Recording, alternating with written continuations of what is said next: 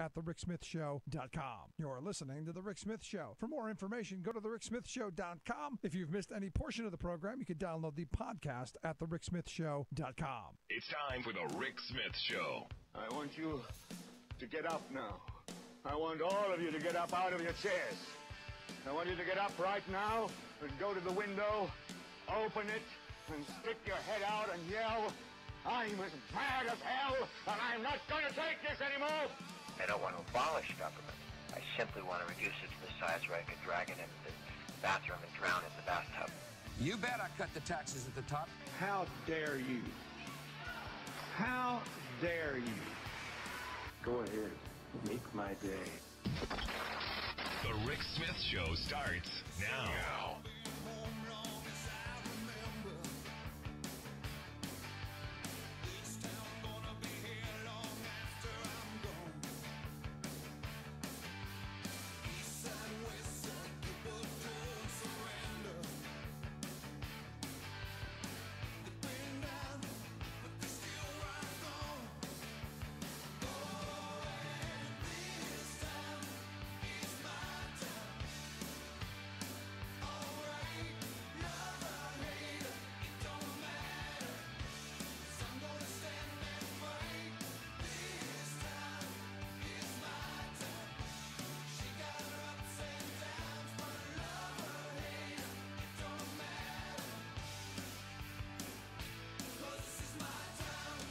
And welcome, brothers, sisters, working class heroes. This is The Rick Smith Show. Thanks so much for being here. Today on the big program, lots to get to, lots to talk about. Oh, what a week this is going to be on the tax front. Look, the Republicans, this is it. They have to get this done. They have to ram through this tax scheme. It has to happen. The moneyed interests, they want it. The big donors, they want it. The Koch brothers, they want it. Corporate America wants it. You know who doesn't? Well, we the people. At the end of the day, the folks who are going to be left holding the bag, holding the debt, and all of the broken promises. Because look, at the end of it, they keep telling us, rivers of gold and honey will flow. Pink fluffy rainbows and unicorns and everything for the children. It's going to be great when we do what we want to do. When we can finally put the exclamation point at the end of our game plan. Because look, Republicans play the long game, and they have for a very long time. I've gotten a bunch of emails from folks going, you know, with ideas on why the Republicans are doing what they're doing. Our weekly TV show generated tons of comments of people going, well, the Republicans are this or that. All thoughts all over, and valid. Look, they don't care about children. They don't care about workers. They don't care about any of that. Valid. At the end of this, the big moneyed people play the long game. They have been playing the long game, well, for 50, 70 years. Since the end of the New Deal, what we have seen is a unified Republican Party around the idea of a death of 1,000 paper cuts of all of the New Deal programs. As popular as those were with the working class of this country, the wealth class wasn't thrilled.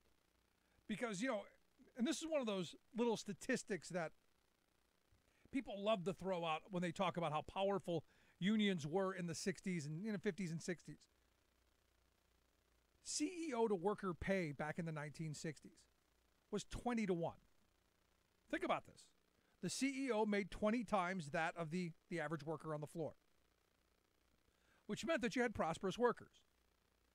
We pine for the Rockwellian era of a single family earner, being able to care for the family with, a car in the garage and, vacations in the summer and, kids going to summer camp and, all of these images of what middle class America was. 20 to 1 CEO to worker ratio, which meant that the workers were doing pretty well. And why were they doing fairly well? Well, they were doing fairly well because you had a union density of about 35%. That meant 35% of the workforce were in labor unions. And there were tons of them for every industry, every profession, every occupation. there was a union, there was an organization bargaining for better wages, hours, and conditions. We know that. And while playing the long game, what the wealth class of this country has done masterfully, not just using the Republican Party, but the Democrats as well, and our media and our education system, and you name the mode of information transfer, they've used it. And they've played the long game, and they're winning. As Warren Buffett said, it's class warfare. My class is winning. But they shouldn't be. And I keep coming back to this messaging. I keep coming back to that, that golden era, 20-1 CEO to worker pay. Right now, it's up over 300-1. You have a wealth class in this country that is obscenely wealthy. And we have a conversation going on right now in the U.S. Senate about which Republicans are going to vote to kick 13 million people off the insured rolls and all of the people who work for a living worse off down the road so that we can give tax breaks to millionaires, multi-millionaires, and mostly billionaires. So, let me think about this for a second because, I go back to that golden moment of, we had this prosperous working class. And over the years, we've seen the death of 1,000 cuts to the labor movement. We've seen a destruction of labor's power and the diminishing ability of workers to organize. To where right now, we're right around 10%, in the private sector, just around 6%. Which means you don't have the bargaining power that workers once had. So when Donald Trump runs around and says, we're the most prosperous companies in the world. They've never been more profitable. They've never had more wealth. He's right. But you know who's not sharing in it? The workers. And at every front, it's the working people who are getting screwed here. They're the ones who are getting the shaft. They're the ones who are getting the short end of the stick. And you go, why is that? And it's because they don't have bargaining power. I've always said, I was a member of the Teamsters Union for about 20 years. And I've always said, look, I have a lobbyist. I have somebody in the halls of power looking out for my interests. They're fighting for better opportunities to organize, better opportunities to protect what labor fought, bled, and died for in this country. Understand, we have an extraordinarily rich and bloody history of creating a prosperous working class. We do. And I look at this tax scheme where every group of people, you make less than $30,000 a year, by 2019, you're going to be worse off. You make $40,000 a year, well, by 2021, you're going to be worse off. You make $75,000 a year, by 2027, you're going to be worse off. Because as these things sunset and as they take away what they're bribing us with now, we're all going to be worse off down the road. And oh, by the way, deeper in debt, with less Medicare, with less Social Security, and less opportunity to retire. But guess what? More uninsured, more poverty, and less opportunity for our children. But you know what we'll have? We'll have a prosperous billionaire class. We'll have people who are wildly, wildly wealthy. And not just generationally, but multi-generationally kind of wealthy. And, every story you see, this tax plan is going to hurt the vast majority of the working class. Every story from The Guardian to The Times, you name it, you name the source, they're all economists around the country saying, it's horrible, it's terrible. There's no way this is going to benefit the working class. And, as I go back to the comments people, were asking, I come back to us. This is the working class's fault. Because what they understand, what Republicans truly understand, is that once they get their tax cut through, once this scam goes through, once this great heist is finished off, they know that they're going to be able to starve the beast. The famous Grover Norquist quest. We want to starve the beast and drag it in the bathtub and drown it. As soon as they can starve the beast, the Democrats, when they take power in 2018 and 2020, they're going to be handcuffed to do anything. Because the Republicans know they can obstruct and delay and make sure that Democrats can't raise taxes to undo the damage that's already been done. And then Democrats won't go far enough to take us back to the days where our grandparents fought for. And a perfect example of this, and I keep using this with people, is you look at what Obama inherited from Bush. There were people in 2008 saying Republicans aren't going to be in power for a generation because of the Great Collapse in 2008. And, everyone said, no more Republicans. Well, here we are just 8 years later. Bang, you've got all Republicans. Why? Because we're short-term, tip-of-the-nose thinkers with horrible cases of amnesia. And also a Democratic Party that was weak and feckless. What was the answer to the end of Glass-Steagall? The Consumer Protection Financial Bureau, which was halfway. Democrats didn't have the courage to go, you know what? We need to go further than Glass-Steagall. We need to make sure that this never happens again. So here we are back at this moment where the step forward that Democrats made with the Consumer Financial Protection Bureau is now under massive attack from the Trump administration. In fact, Trump's running around screaming that it's a disaster. Everything that Obama did, by the way, in Trumpian terms, is a disaster and must be repealed, undone, and replaced with something, well, for you and me, horrible, terrible, disastrous. But for them, less regulation and more opportunity to hoard. And at the end of this is what it comes down to, because the Republicans play the long game. They'll lose an election or two to put another nail in the coffin of the New Deal. They'll lose an election or two to put another nail in that prosperous, voiced working class. Look, they're at least they're honest about it. They want to take us back to the bad old days of the Lochner era, where if workers were desperate enough and hungry enough to work for poverty wages in horrible conditions, that was your liberty to do. And we're hearing the same frame today under your freedom. You have the freedom to do that. Instead of going, how about, having an absolute right to a job? They're saying, no, you have the right to work. And what their version of right to work is poverty wages. Voiceless, unable to do anything to better your conditions. That is conservative world. That's what they want for you, me, and our children. You remember that? They love the children, especially when they work in the mines and the factories, and they can do cute little artwork on doilies, especially when their little hands can do their work. And then when their little hands get arthritic or their backs get aching, to the trash heap of history with you and bring in the next crew. That's the future that these folks envision. And what I keep saying, I come back to this reality of, look, we have to remember these horrible policies, one after another after another. Go back to the Obama years with austerity and sequester and all of that. We have to remember that.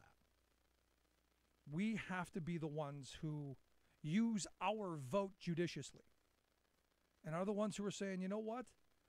Every Republican who votes for this tax plan, every Republican who voted to take health care from millions of people, exercise your right to term limits and limit them right out the door. That is what we have to do. It's that simple. So for all the comments, thank you. I appreciate it. All of you are in the ballpark, but it's not as simple as them being heartless. It's not just simple about them not caring. They have a long agenda.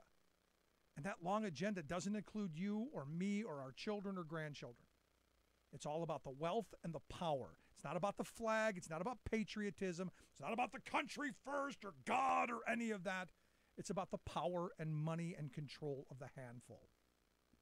And I think Representative Collins, unwittingly, unknowingly, or just with, no filter on the jaw, said it perfectly. My donors are telling me, if you don't pass this, don't call me for any more donations. Pretty simple stuff. I'll take a quick break. Right back. Stick around. You're listening to The Rick Smith Show. We're working people. Come to talk.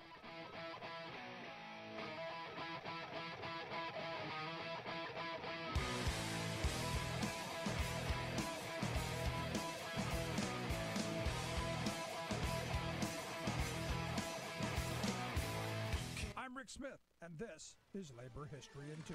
On this day in labor history, the year was 1936. That was the day 1,200 production workers at Detroit's Midland Steel sat down for higher wages, an end to piecework, and union recognition. The strike was called just before noon. When 800 on the second shift arrived for work, they readily handed their lunches, cigarettes, and newspapers through the windows to the sit-downers. The UAW had embarked on a massive organizing drive throughout the country. Days earlier, the GM sit-down strike had begun in Atlanta, spread to Kansas City, and would eventually reach Flint, Michigan. But the UAW was also organizing part suppliers like Midland, who produced car body frames for the industry. The UAW first used the tactic of the sit-down strike 10 days earlier at the Bendix Products brake plant in South Bend, Indiana. There, workers had just organized with the UAW. They braved 8 days in an unheated factory during winter, demanding the company union be dismantled. At Midland, the workers stayed in the plant, stating they would hold out till Christmas if they had to. Within a week, the Midland strike had idled 72,000 workers at Chrysler, Plymouth, Dodge, DeSoto, Briggs, and Ford's Lincoln Zephyr plants. Stakes were so high at Midland that the strikers threw a suspected company spy out a second-story plant window. Just as Midland workers returned victorious to their jobs 10 days later, thousands of others began sitting down at their jobs. Rubber workers in Akron, glass workers in Ottawa, Illinois, bus drivers in Flint, Kelsey Hayes brake workers, and aluminum workers just 2 blocks from Midland were all sitting down for union recognition, wage increases, and better working conditions. The massive strike wave had begun. For more information, go to laborhistoryin2.com, like us on Facebook, follow us on Twitter at laborhistoryin2.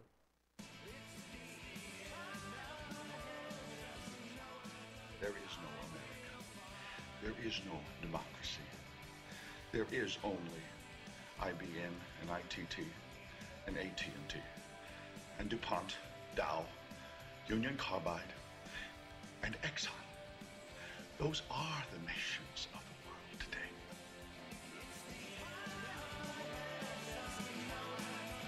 Yeah, it's true. I mean, that's what that movie's 40 years old. True then, true today. Welcome back to the Rick Smith Show. Check out the website, thericksmithshow.com. I look at, last week we talked a little bit about net neutrality and what it would mean. And we had Tim Carr on the program from Free Press, saying this could be the end of the free and open internet. Programs like mine would just be devastated.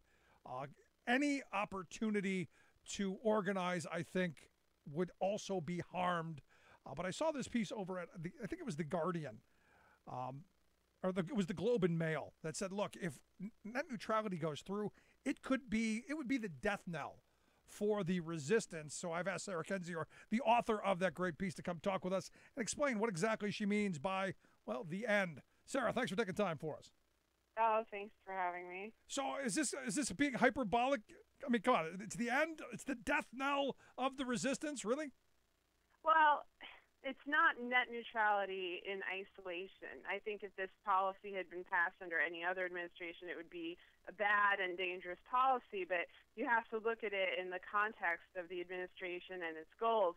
In the article, I talk about net neutrality, but also about things like the packing of the courts, with lifetime unqualified ultra-conservative nominees, and also, election integrity and the lack thereof for the 2018 midterms. So if we don't like these policies, our ability to, get the people who enacted them out of office is going to be greatly constrained.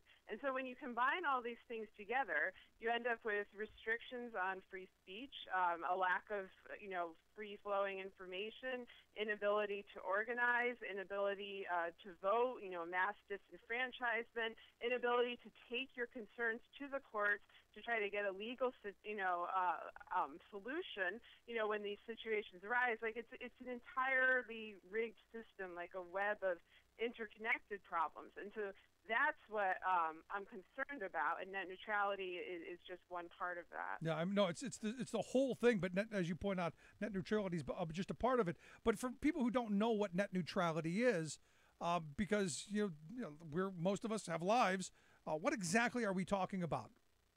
I mean, basically, it's sort of what we take for granted about the internet, that you'll be able to go on, that no corporation or provider can determine which websites you can access, how slowly they'll load, what kind of information you can get, and that it's all sort of widely available. You don't pick like a package which lists a few dozen sites or something and then pay for that.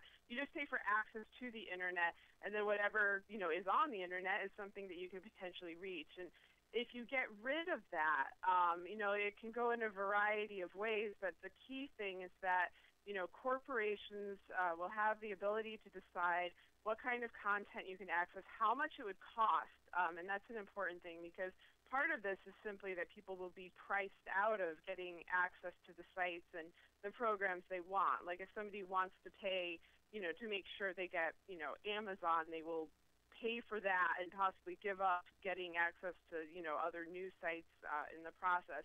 And for independent, low budget places, which is your own program, this poses a lot of problems because, for me too, as somebody who works primarily as a freelancer, like we rely on, having access ourselves to all sorts of information, but also, on our audience. We rely on people being able to reach us. And if they can't reach us, then it's very difficult to earn a living and to keep our programs going, and also just to exchange information with our audience. Yeah. And that's frightening to me. I think that we've gotten to the point where internet and online media has supplanted print media. We have a dying print media, and so if we lose a free online media and forms of communication, we're really left in the lurch.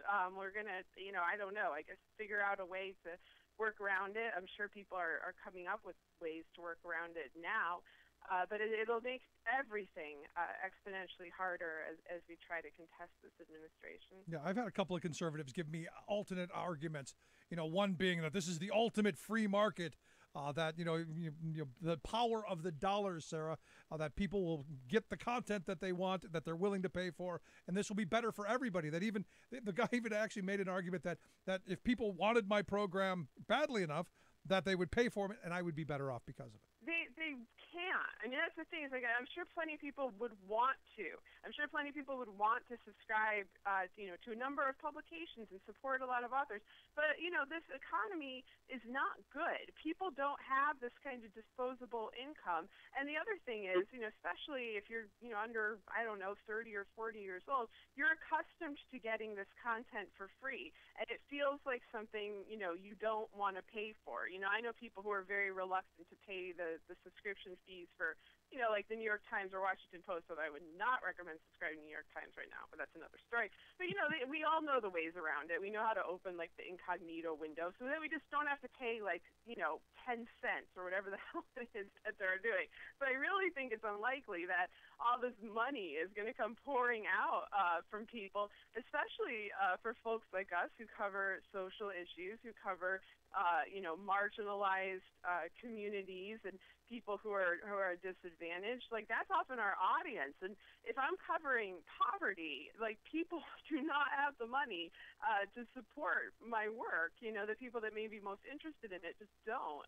And I don't want to, have people in that position. I think it's really much more likely that a lot of the media will just simply die out. And I think that that's what the Trump administration wants, because they want alternative facts. They don't want people to have the ability to debate and discuss and organize and put out their own independent platform. No, I'm right there with you. And look, I would love more people to subscribe to our program. But at the end of the day, I'm not begging poor people for money. We should be organizing to fight back against this stuff. But here's the other argument, and I wanted to get your thought on this because there's all of this talk around Russia. There's all of this talk about meddling.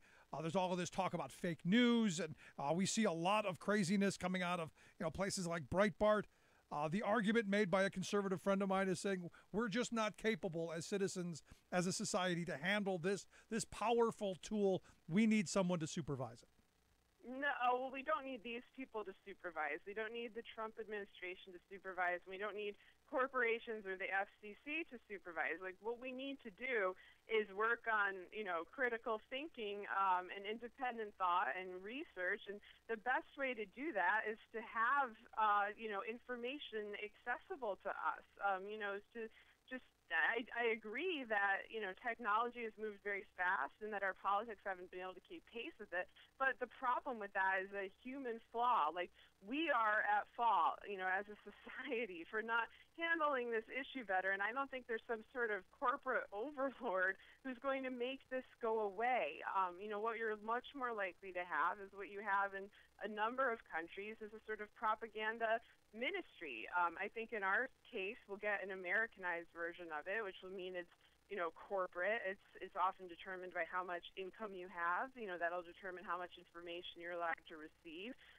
It'll have to do with the politics of whoever it is that's making those sorts of decisions. And even if they see themselves as apolitical, any kind of situation that involves determining people's access to news and information becomes a political problem. And I don't think there's anyone qualified to say, this is what you can see. This is what's worth seeing. This is how much something is worth. This is how, quickly or slowly something will load for you. Like, that's a lot of power. And I don't think it's really right for, just a few people or, a few companies to have that kind of power. Yeah, and in your article, you're right. The erosion of freedom of speech and assembly has always been a hallmark of dictatorship, one traditionally associated with formal decrees of censorship or dramatic acts like book burning. In Mr. Trump's corporatized administration, overt state censorship is unnecessary and undesirable. And I agree. And is this that first step towards, maybe an American-type dictatorship with all of the assaults and attack on the media? Yeah, I worry that it is. I don't think it's the first step because they've tried, a number of things that have been autocratic in nature. The attacks on immigrants, for example, and there are many examples throughout the year. But this is one that could actually succeed. And I think people look for signs that we're becoming a fascist or an autocratic society, and they look for these sort of outward things like Trump has censored the news. And what's been more likely to happen, is, as I said, the manipulation of technology by corporations that just limit your access, and also things that like excessive litigation, like what Peter Thiel did to Gawker last year. I think that a lot of companies may be sued out of existence. I think as revenue declines as a result of net neutrality being repealed and independent companies are struggling to keep afloat, that will make them even more ripe targets for litigation. And so I do see this, as a serious problem. And because, the greatest weapon I think we have, for those of us who want a democracy and who are opposing what Trump is doing, is our ability to communicate with each other and to debunk lies and propaganda and to, put out our own ideas and use our freedom of speech and, our ability to organize protests and whatnot. That will be, decimated, not totally, but enough that what's already, a very serious problem will become, more, I don't want to say insurmountable, but just extremely difficult to resolve. It'll hurt us very badly. And they know that. And I think that's one of the reasons that they're trying to go ahead with it. Yeah, I mean, so, to kind of put your whole argument into place, the net neutrality kind of taking some of the message away, lawsuits, going after, places that maybe dissent, and then having a court system packed with crazy right-wingers. This is like the hat trick of horrible. Yeah, I mean, there's no accountability. There's just judgment. There's predetermined judgment, which is exactly the kind of thing you see in an authoritarian state, where there's no recourse for people who want to preserve these freedoms, and there's no recourse for people who want to challenge dictates that are anti-democratic that may be passed. And so that's extremely concerning, and I've worried that they would try to pass something like this before the 2018 midterms because, those midterms offer a potential opportunity for, the makeup of the House to change, of the Senate to change, and, perhaps for the Democrats to get enough of a majority that impeachment proceedings will begin. And, I kept thinking they're going to do everything they can to try to stave off that outcome. And I think what we're seeing now is an acceleration as we get towards the end of 2017, and we're less than a year from those elections.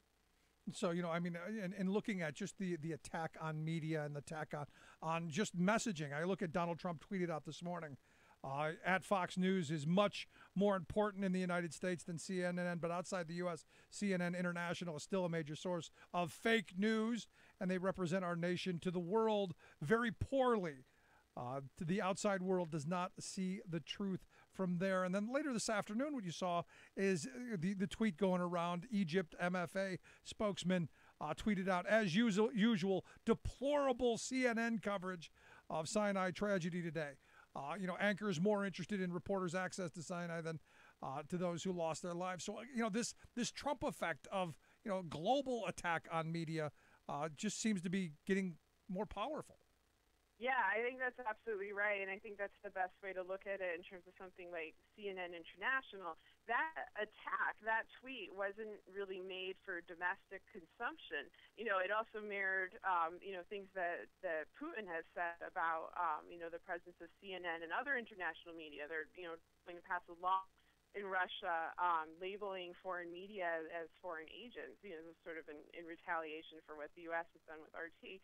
But, it's part of a general trend where autocratic administrations don't want freedom of speech, and they find, foreign outlets to be a much more significant obstacle because they're not held, to the same standards and not as easy to control as domestic media. And so Trump is basically just doing them a favor. He's saying, this is who I side with. I side with dictators, and ideally he would like to function like one.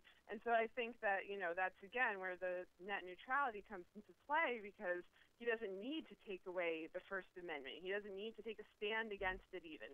He can just do it in a much more subtle, much more insidious way. So what do you think? What should people be doing right now?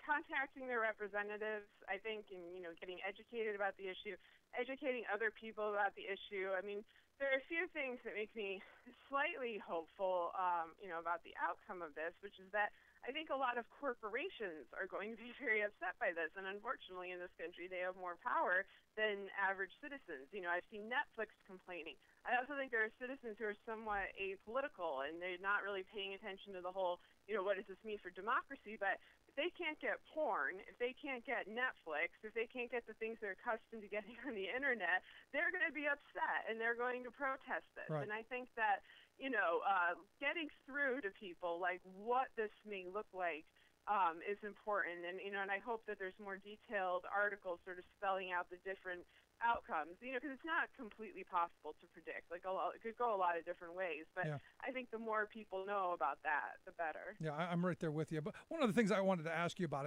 on a different topic, but still on the Trump topic, you had tweeted out that Trump seems terrified of the concept of sacrifice. I'm curious what you meant by that. Yeah, I tweeted that, I think, originally about a month ago, when he was attacking, veterans again. I think he was attacking, Ladidis Johnson's widow. Sorry, it's like he's done so many awful things, and I'm trying to rack my mind of what specifically I was writing about with that tweet. And there's this pattern of him going after military veterans, and especially non-white military veterans. You saw this with the Hahn family, with Johnson, and then, even today with the Navajo code talkers. And I think that, there are a variety of reasons for this. Some of this is Trump's racism, but I also think he's terrified by the idea of sacrifice. He's terrified at the idea that you could possibly value something other than yourself, including your country.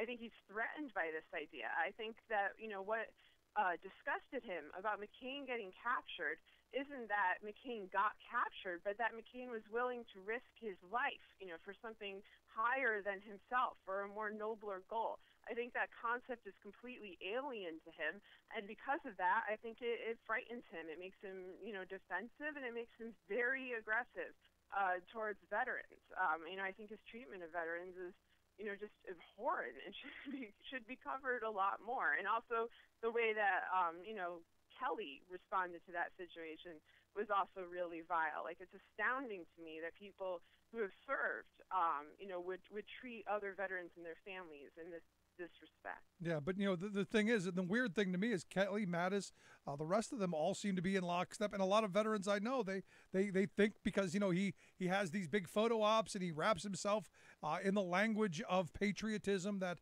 he's some great patriot. Yeah, I mean, some do. I've met plenty who don't, though. A lot who are very disappointed, who are extremely offended. They don't like to be used as props. They want their service to be respected, and they also just want to be treated better. They want better benefits. They want better, mental health aid for things like PTSD. Like, there are all of these issues that veterans have been asking for a long time. And when we have such a, enormous class of people that have been in these ongoing wars, these wars that have been going on for half of my life. And, I saw my own generation go off to Afghanistan and Iraq and come back traumatized and never really, get the kind of treatment and care that they should, not really under any administration. And under Trump, I think it's even worse because he just doesn't have, any respect for that. And, I'm not a war proponent, but, I do think that if you've done that, if you've sacrificed for your country, you should be, given a level of respect, and certainly things like medical care and, get your financial needs taken care of. And he just doesn't care. And it's very sad to me. Like, I remember at the campaign last year when he told somebody, a veteran, that he'd always wanted a Purple Heart, which is just such a, it's a ridiculous and an obscene thing to say. And the saddest thing is that guy gave it to him because he felt that Trump was a hero. He felt like Trump was going to look out for him. And I just looked at him and I was like, he's not. He's going to screw you over. And it is extremely sad and painful to see that. No, I wonder what that guy. I would love to know what the guy thinks today, or if he's still on the bandwagon. Because, I look at how you finished it up. You said human beings have little inherent value to him. If he senses he will have to make a personal sacrifice, he will sacrifice the world instead. Yeah, I think that's true. And I know that when I wrote that, I was thinking of the conflict in North Korea and what was happening with Trump at the time, which is the same thing happening now, which is the Russia interference investigation bearing down on him, as well as other things that upset him, like his low popularity, feuds within the administration, etc. I think he's always had this obsession with weapons, with destruction, with nuclear weapons. I know I've discussed this with you numerous times. If he's backed into a corner, he's going to lash out. I think the idea of not winning, in the way that he defines it, is so beyond the pale for him that he would rather, destroy the game than lose at it. And that means, possibly annihilation of, human life. I really, truly don't think he cares. I think he lacks the capacity for even the most basic forms of empathy. And that's a huge concern. Psychiatrists have also expressed concern over this aspect of his personality. It's scary, scary times. But again, we should be calling our representatives early, often, especially on the net neutrality front. Push back on this. Sarah, I appreciate your thoughts, your commentary, and all the work you do. Thanks so much. Thank you. Always great talking with you. Let's take a quick break. Right back. Stick around. You're listening to The Rick Smith Show. Where people come to talk.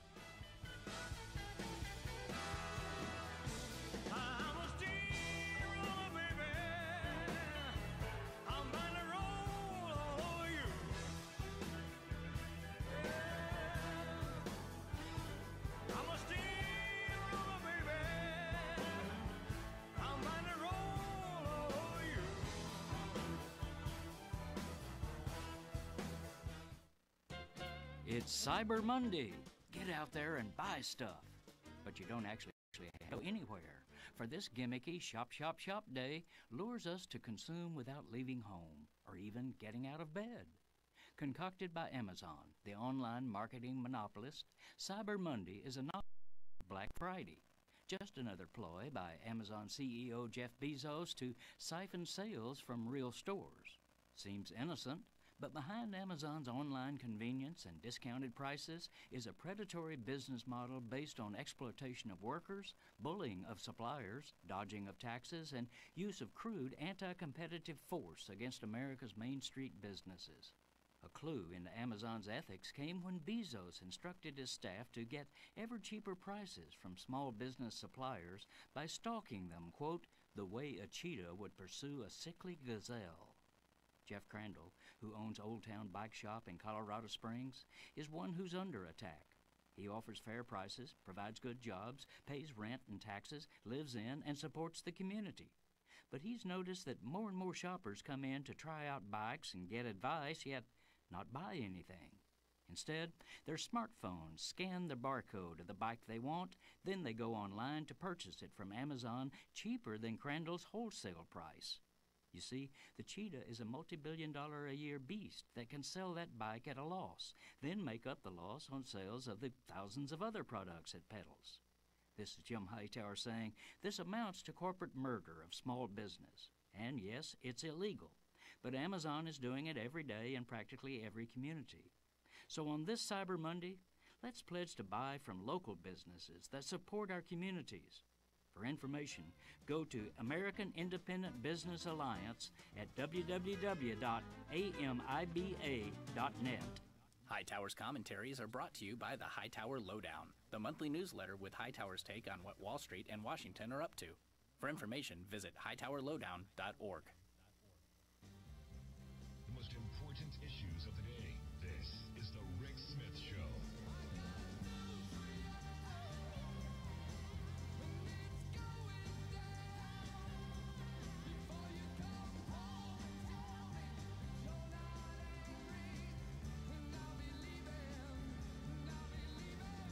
Welcome back to the Rick Smith Show. Check out the website, ricksmithshow.com. Big day, big Monday, Cyber Monday. Yeah, Cyber Monday. Big day in Washington, D.C. And here to give us the rundown, Doug Christian, Talk Media News. Doug, thanks for taking time for us.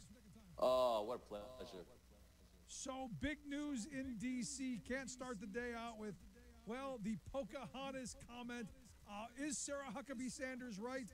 Was Donald not trying to be racist because, you know, he doesn't know any better? Really? If you look in the Merriam-Webster dictionary, what the definition of shill is, it is Sarah Huckabee Sanders. She will say anything to defend that guy. No, as I tweeted out earlier today, Doug, I said, you know, either she loves what she does every day with such zeal of being the propaganda minister, or she wakes up every morning reaching for the bottle and the razor blades. It could be both. It could be both. I mean, I watch her with admiration almost, thinking, how could she do that? Unless, I mean, it's astonishing. And, of course, when you saw President Trump diminishing Native Americans this way, with this kind of these kind of slights, it's embarrassing. It's embarrassing. I just look at this and think, how did we get into this mess? And the question I asked a friend of mine today is, I said, can we just have like just one embarrassing moment in a day? Do we need more than that? Or can we have a day without an embarrassing moment? How about that? That would be awesome. That would be amazing. A day when the rest of the world doesn't look at us with a jaundiced eye and like we've lost our minds. Which we kind of have. I mean, we are responsible for having put in this guy. Yes, we can blame the Russians for having hacked our election. Yes, we can blame. But the fact is that there were 40 million people that voted for that guy. Yeah, well, and we can also blame Hillary for being a bad candidate. And we can put a blame in a lot of places. But at the end of the day, she still won the popular vote. She still had, at the end of the day, more votes. He won the electoral vote, which again starts to question. A lot of people I know are questioning the Electoral College. I don't know. What do you think about that? Oh, we should definitely revisit that. I mean, it was not a democratic election in that sense, because this was true in 2002. Al Gore won the popular vote, and one proposal I put forward to a Politico here in D.C. I asked him. I said, what the one qualification for being president in the United States, besides getting the electoral vote, is that you need to be, quote, a natural-born citizen of 35 years or older. And I thought, what about if you were the lowliest person in the State Department as diplomat, you have to pass the Foreign Service examination. If you go and become a lawyer, you have to pass the bar. If you become a doctor, you have to be able to you have to be board certified. Why is it that in order to hold one of the most, or you're a pilot, you have to actually have a pilot's license? Why is it that to be president, this guy who knows nothing about foreign policy, diplomacy, government, and he doesn't even know what the branches of government are? Why do we not have? In hitting on that, I went to the George W. Bush Presidential Library, and there was a game that they had made in the library. It was a triangle on a rolling ball, and it was the balance of powers, and it had it clearly labeled the 3 branches of government. And it was, I could just see George Bush in the Oval Office playing with this game, trying to figure out how to balance the triangle on the ball. Again, I mean, supremely ill-qualified for that position, but he wasn't as wretched as Donald Trump is. I mean, at least he had, Laura Bush, for instance, was a perfectly decent woman. I mean, there was his kids, were normal kids. I felt at least, despite the fact that he was not an A-plus grade student, at least he wasn't just absolutely wretched in the way that this guy is. Yeah, I mean, his policies were horrible, and he got us into and I got to be honest, I never thought we'd be defending his administration, but in looking at this one, wow. But this Pocahontas, exactly. I mean, this is blatant, in your face. I was surprised he didn't show up with a Redskins jersey on, wearing the Indians Wahoo hat, doing the Atlanta Braves chop. I'm just surprised that didn't come out. And he did. I mean, he patted the guy on the shoulder and he says, "But I like you." I'm like, in other words, "But I like you." Did you get the kind of huffing, 3 o'clock in the morning stalker voice that he was using? "I like you." I was going, really? Oh. We're going there? We're doing the stalker voice? Because I do so much radio as you do, I listen to his voice as I'm recording or I'm kind of dubbing it in. That voice, I mean, there's something wrong with it. He sniffles all the time. I mean, people have made guesstimates as to what's going on. It's the hair stuff. It's the hair drug he takes. It's crazy. It's crazy. Oh, yeah. And here's again, on Sunday, he went at full-throated endorsement of Roy Moore, and now you've got Roy Moore out there saying all the claims are nonsense, and this Washington Post article popping up this Washington Post situation where someone tried to bait them and they didn't bite. I love it. They have learned. In fact, they know there are certain people that are in the Trump orbit that have been trying to bait both the WAPO and NY Times with fake news, and they know it, and they've seen it, and they've been very vigilant not to bite at it, and hurrah for them. And in fact, both papers have warned the other, said, "Hey, we've seen things that look like, don't bite on that. It's too good. If it looks too good to be true, it is." Yep. And the fact is, I mean, this is so outrageous, all the stuff that's going on, the money laundering, the Michael Flynn. It's getting crazy. And of course, I mean, one thing about Donald Trump is that he doesn't take no for an answer.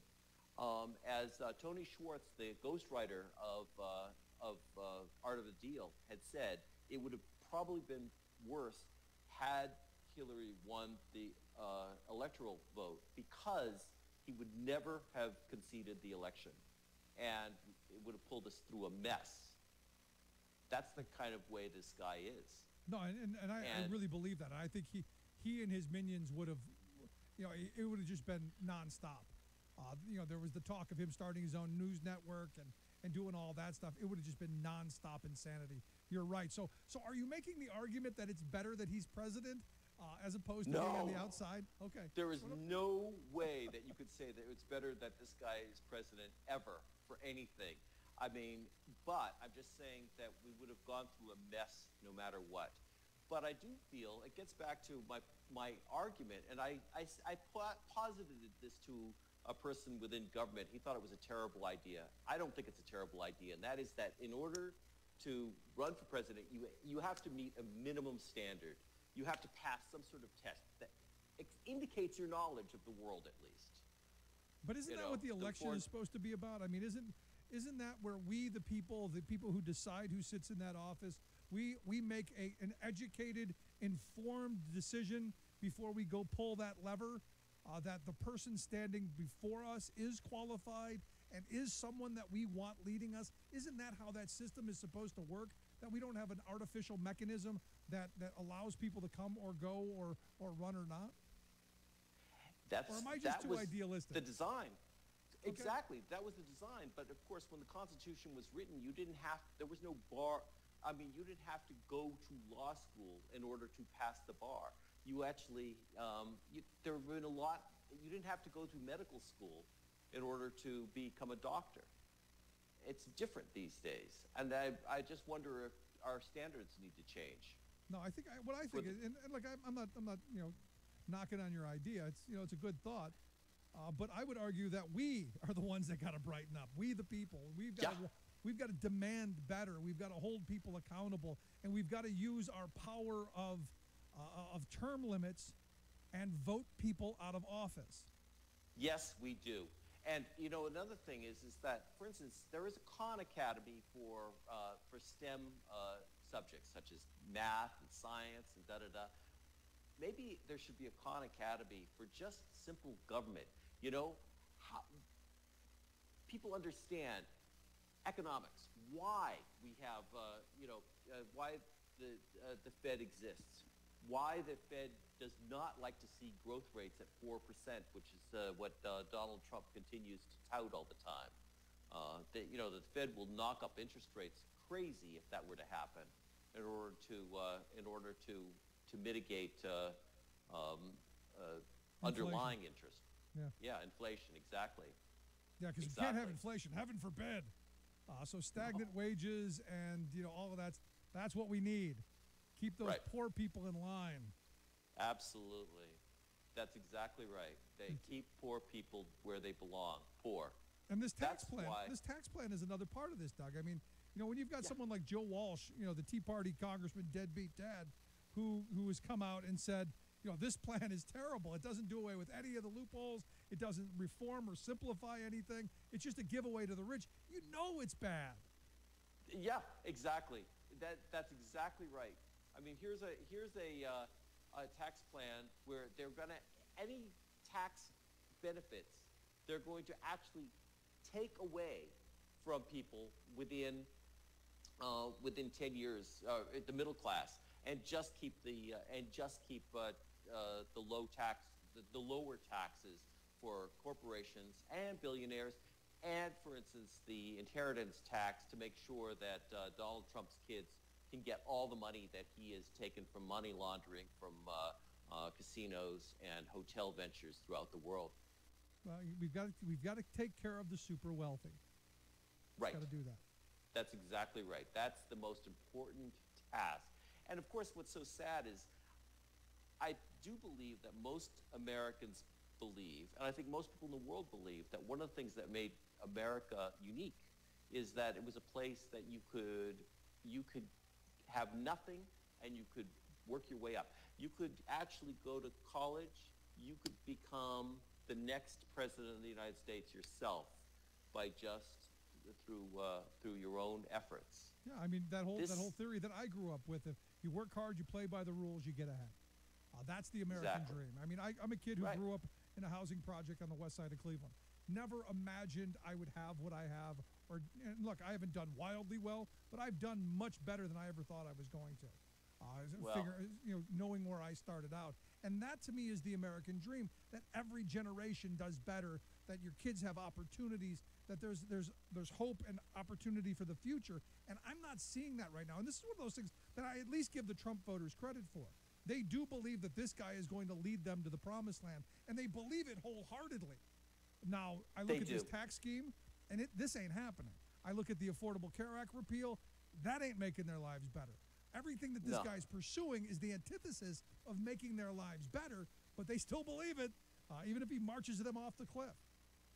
Isn't that crazy? It's so weird. I mean, again, they're true believers. They're not using critical thinking here. They're not asking questions. What am I getting for my vote? Why am I voting for this guy? I mean, and shame on us for not being more critical about this. I mean, I say that I was on the floor of the Republican convention when he spoke, and people were just mesmerized. I took photographs of them. Just, they were in awe almost of him. I wish I could have gotten on the floor. I was way up in the rafters where the birds were looking up going, "Hey, what are you doing up there?"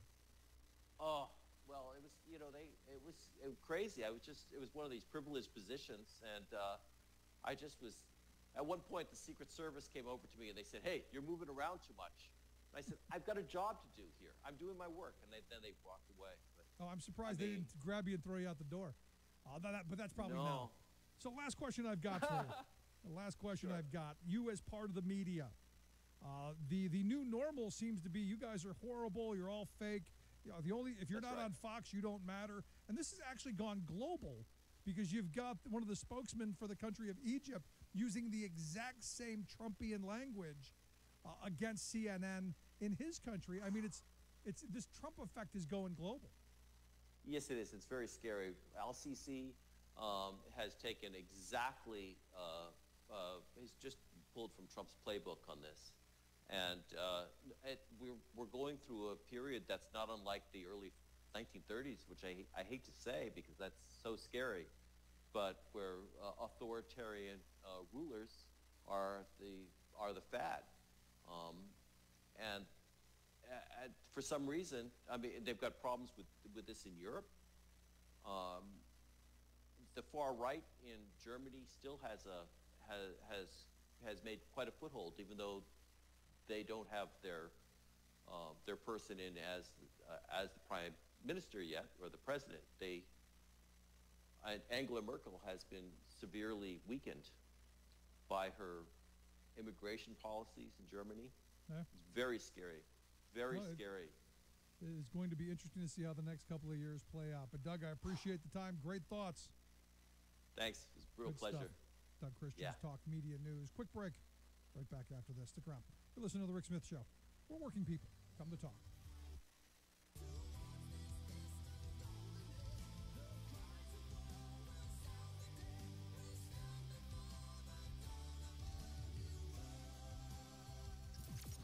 Radio of, for, and by we the working people. The Rick Smith Show. From UN headquarters in New York, this is your World in 2 Minutes. I'm your host, Luke Vargas, for Talk Media News. The Americas are poised to have their second TV personality as president. Salvador Nasrallah is likely to become the leader of Honduras after weekend elections, and like Donald Trump, his victory challenges the power of the political establishment. Nasrallah's opponent, incumbent President Juan Orlando Hernandez, has cultivated close ties with the U.S. and enhanced cooperation to tackle the drug trade, but faces allegations of corruption. A new poll by the Spanish paper El País throws cold water on Catalonia's independence movement. Only 24% of Catalonians who responded to a recent poll said they wanted to pursue independence from Spain. Contrast that with the results of an October referendum, plagued by low turnout, in which some 92% backed independence. Catalonians will choose a new regional government in late December, and anti-independence unionist parties are expected to increase their share of seats in Catalonia's parliament.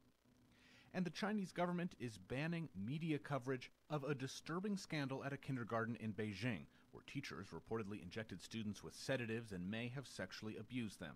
That scandal sparked a public outcry last week, but censors are now swooping in.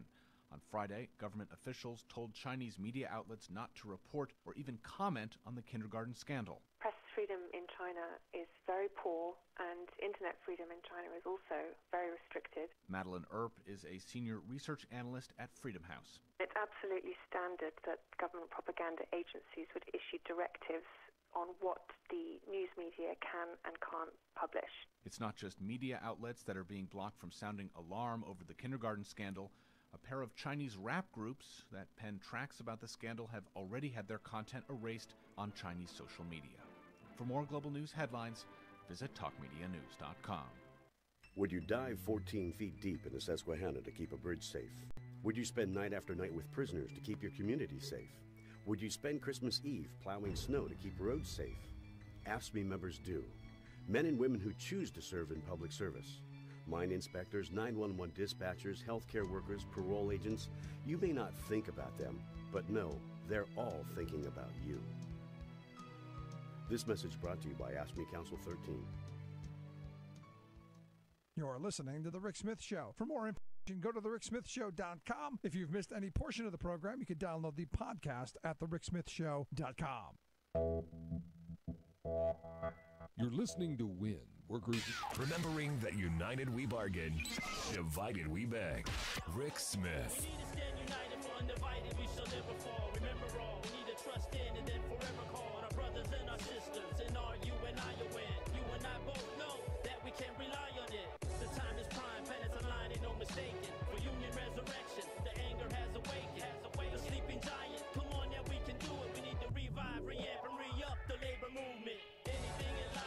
Welcome back to The Rick Smith Show. Check out the website, thericksmithshow.com. So lots of big stuff over the weekend. Today, the big news, also the attack on the Consumer Financial Protection Bureau. And again, I'll be honest, and maybe I'm alone in this, but I wasn't a huge fan. This is great. It wasn't Glass-Steagall. It was another one of these, in my view, instances of the Republicans, along with Democrats, with their help, undid something Republicans hated. They got rid of it. Took them years to do, but they got rid of it. And then the answer was only halfway back. And now, of course, they want to do completely away with it so that we can have another 2008 in the very near future. I'm here to come talk about why this is important and why this Consumer Financial Protection Bureau is so important. I've asked our good friend Helene to talk with us, a great writer, especially on the economic part of things. Helene, thanks for taking time for us. So, why is this fight right now? Why is this so important?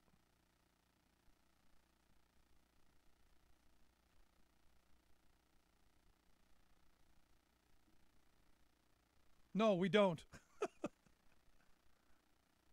Right.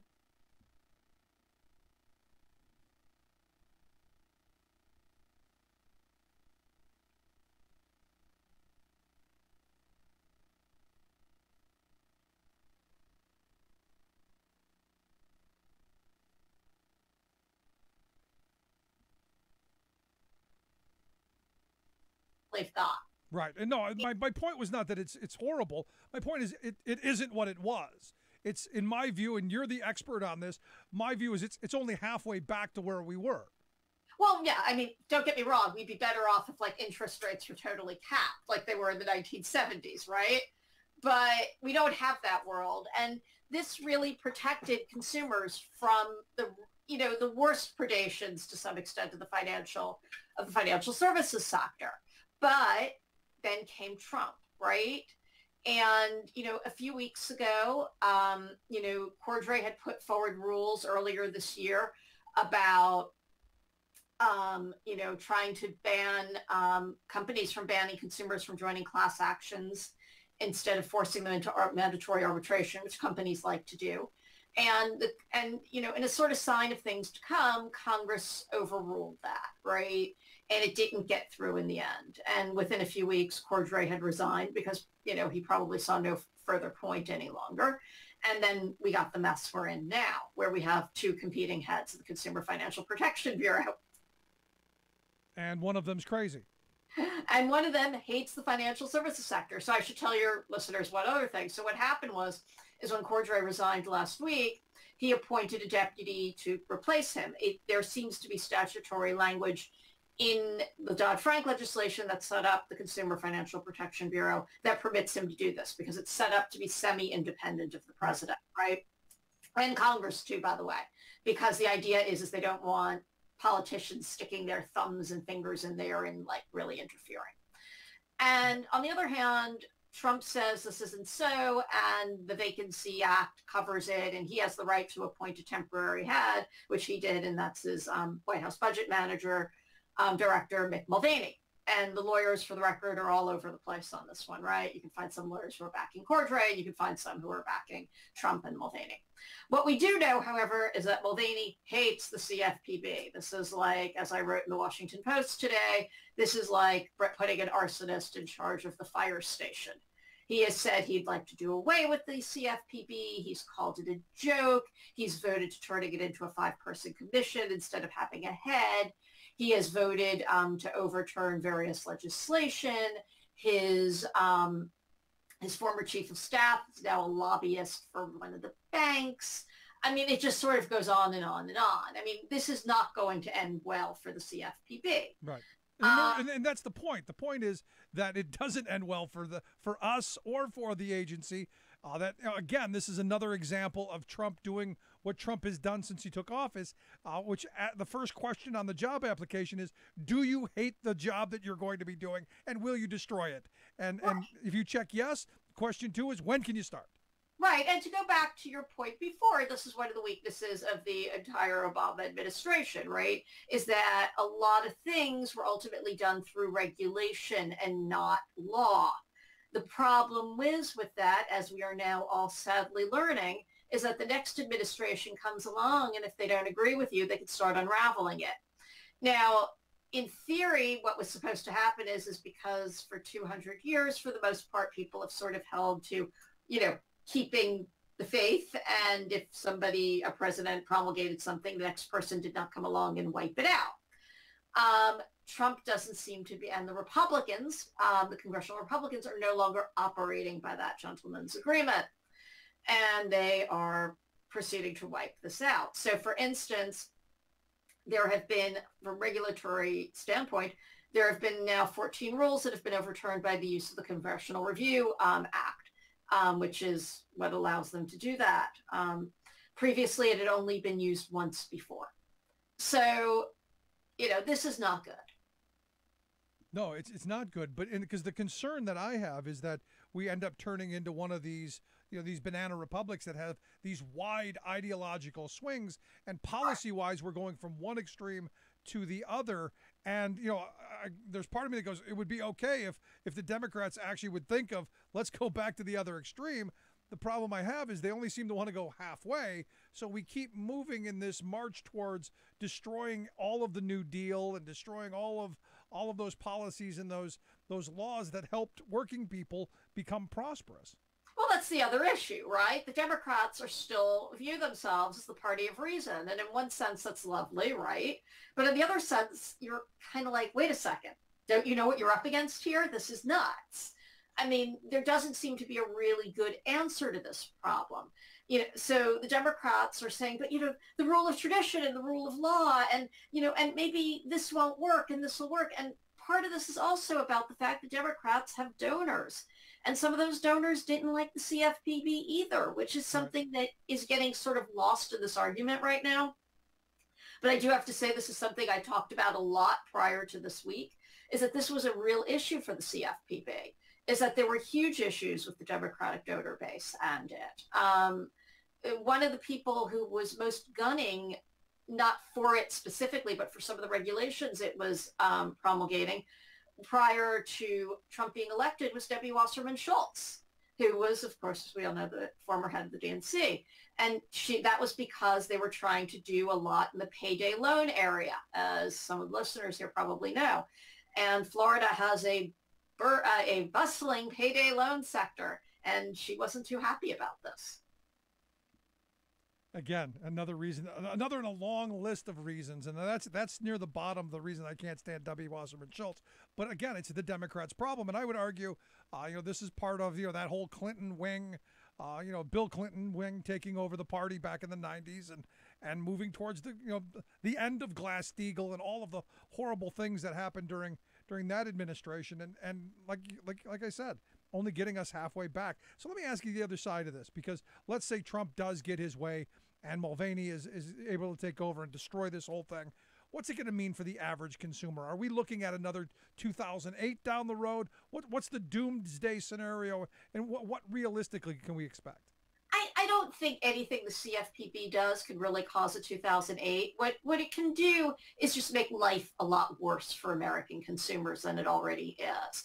The CFPB has been really wonderful in that, for instance, you can write to their database if you have a problem with a credit card company or a student loan company, and it goes up there and they respond, right? Because this is bad publicity. They don't want to see this if you're, Visa or MasterCard or whomever, right?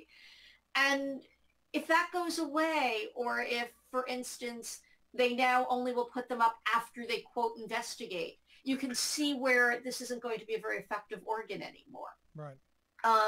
There's a lot of concern with the fact that the CFPB won't be as aggressive, and that's a polite way of putting it, with the student loan, the private student loan or originating companies. Right, and then you combine that with the students, in my view, in many cases, or borrowers, I should say.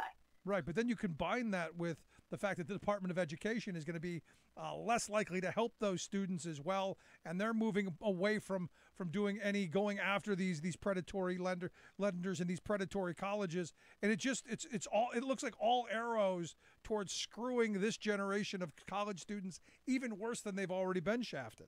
Right. I mean, and then there's stuff in the tax reform bill too, right? Where you wouldn't be able to write, some of the versions have it that you wouldn't be able to write off the loan interest, and then there's for grad students that turning their scholarships at the colleges into taxable income. I mean, there's all sorts of stuff they're doing. I mean, the Republican, these sort of right-wing Republicans are really it's almost like they're anti-higher ed. It's very strange. I'm not defending student loans here, but the bias seems to be to just punish people for even trying to better themselves. And that's really kind of concerning. And that goes way beyond the CFPB, obviously. No, you're right. It's more than concerning. But, aren't they the ones who tell us, invest in yourself and pull yourself up by the bootstraps and go get an education, only now to take all of the tools away and then obviously bludgeon you in the head when you do? I think this is all a self-help trope to some extent, right? Because however it ultimately turns out, it's like you're to blame, right? You borrowed the money to better yourself. Well, now you owe it. And, you should have read the terms, right? Or you should have gone to a cheaper college, or you should have been better at paying the money back. It's all about blaming the victim for this, while, of course, the bankers and the student loan processors and whomever else is, in charge of doling out the money is basically laughing all the way to the bank. And there's no recourse. And I mean, I look at a lot of these, we can go into the mandatory arbitration that's been allowed to happen, and all of these arrows and these avenues that people thought were there just aren't. And we, the consumers, we the public, we the taxpayers, however you want to put it, we're the ones who are going to end up on the losing end of this game. Right, and I should say with the CFPB, I mean, the thing is we do have to remember is regardless of this court battle that's going on now over who's in charge, the fact is this is Trump's appointment to make.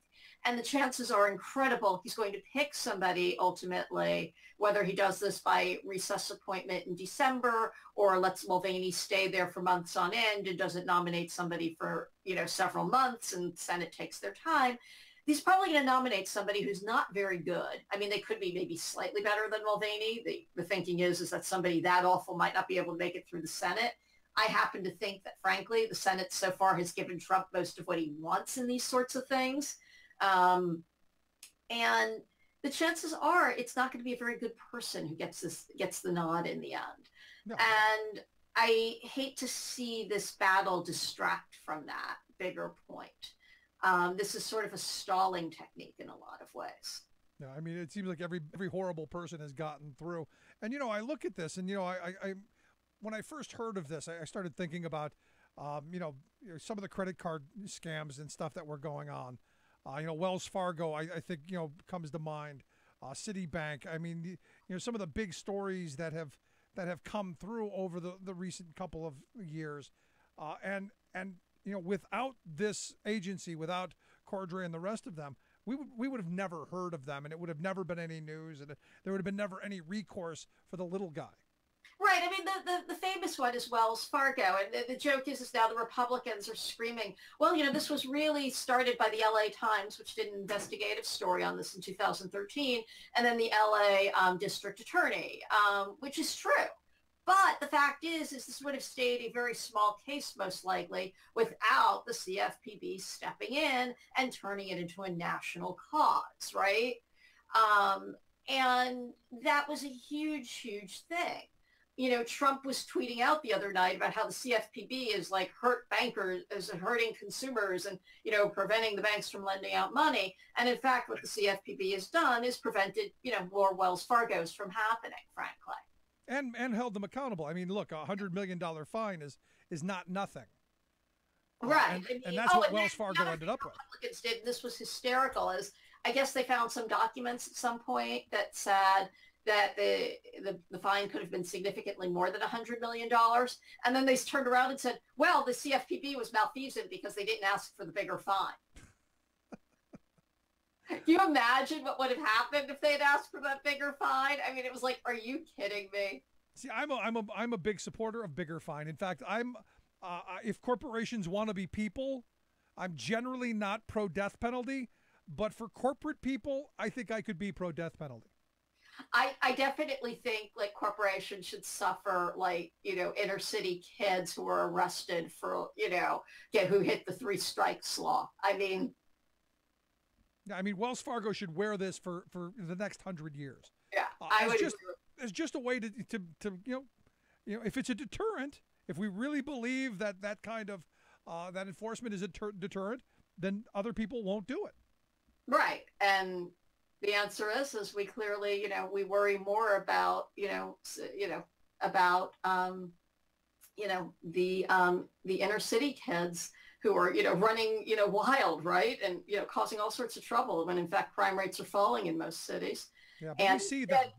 We let these guys just walk away, right? Yeah.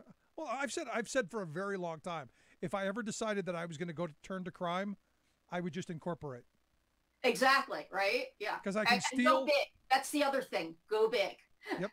I would steal and I could kill people and I could get away with it with minor fines, if that. Right.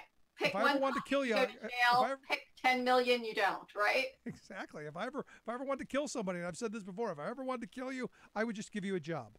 Right. Exactly. It's that crazy. Last question I've got for you, and I want to turn a little bit to the tax scam. We just found out that another senator has come out against this. We'll see. But Montana Senator Steve Daines has come out along with Ron Johnson last week and says he has concerns. Concerns how it's going to look to Main Street versus large corporations. I'm curious your thoughts on how this is going to play out over the next couple of days. I maybe I'm being really pessimistic, but my sense is this will get through. I think the donors are really pushing for it. And I think this is where you get into the Washington of it all, where they seem to have convinced themselves that they need to do something and bring something back to the voters and say, see, we accomplished something. There seems to be this thinking that if you accomplish anything, because again, as I said, to bring this conversation full circle, I said the vast majority of the Trump accomplishments so far have simply been, and the congressional accomplishments have been overturning Obama-era regulations, right? They haven't actually been anything, quote, forward-thinking. Right. And there seems to be this idea, we've got to do something that'll, move the conversation forward that looks like we're doing something. I think this will be a disaster for them next November, right? Because nobody wants to be actively hurt. They would rather you do nothing than actively hurt them financially and benefit wealthy people at their expense. You're right. That's how you would feel, right? I would feel that way. No, absolutely. But what do you say to the Bruce Bartlett argument that, even when they get this through, that it's still going to be a win for them? Because look, at the end of it, they may give up an election or two, but they're going to do what they did to Obama in 2009, which is, Bush caused this great calamity and this great catastrophe. And they kept pointing to Obama. Well, what are you going to do? Well, what are you going to do? Even knowing his hands were tied and they weren't giving him any money. The person in office is always the one who gets the blame, right? And who's going to be in office in 2018 and who's going to be in office in 2020? Very basic. Yep. That's, I think most people aren't like that tuned in. They just sort of, and in this case, it would be wrong too, right? The reason they get away with that argument is because most people aren't actually paying that much attention. So it's like, oh yeah, Obama didn't do anything, right? Now it's going to be Trump. I mean, he's the guy in charge. What's going on? As Harry Truman said, the buck stops here. Unless you're Trump, and then it was all Obama's fault. Right, but whether somebody's actually going to believe that and when they go to vote is another issue. You can say it all you want. We shall see what 2018 brings us. Helene, I appreciate the thoughts and the commentary. Good stuff. Thanks so much. Thank you for having me on. Always great talking with you, our good friend Helene Olin. If you want to check out some of her stuff, we'll get links at thericksmithshow.com. Quick break. Right back. Stick around. You're listening to The Rick Smith Show. We're working people.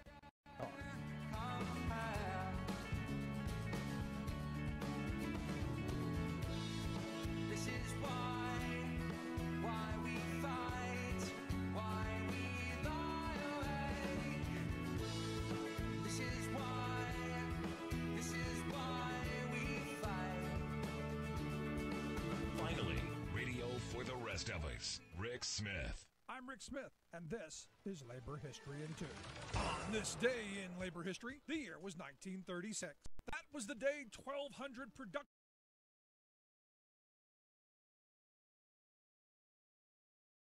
and union recognition. The strike was called just before noon. When 800 on the second shift arrived for work, they readily handed their lunches, cigarettes, and newspapers through the windows to the sit-downers. The UAW had embarked on a massive organizing drive throughout the country. Days earlier, the GM sit-down strike had begun in Atlanta, spread to Kansas City, and would eventually reach Flint, Michigan. But the UAW was also organizing part suppliers like Midland, who produced car body frames for the industry. The UAW first used the tactic of the sit-down strike 10 days earlier at the Bendix Products brake plant in South Bend, Indiana. There, workers had just organized with the UAW. They braved 8 days in an unheated factory during winter, demanding the company union be dismantled.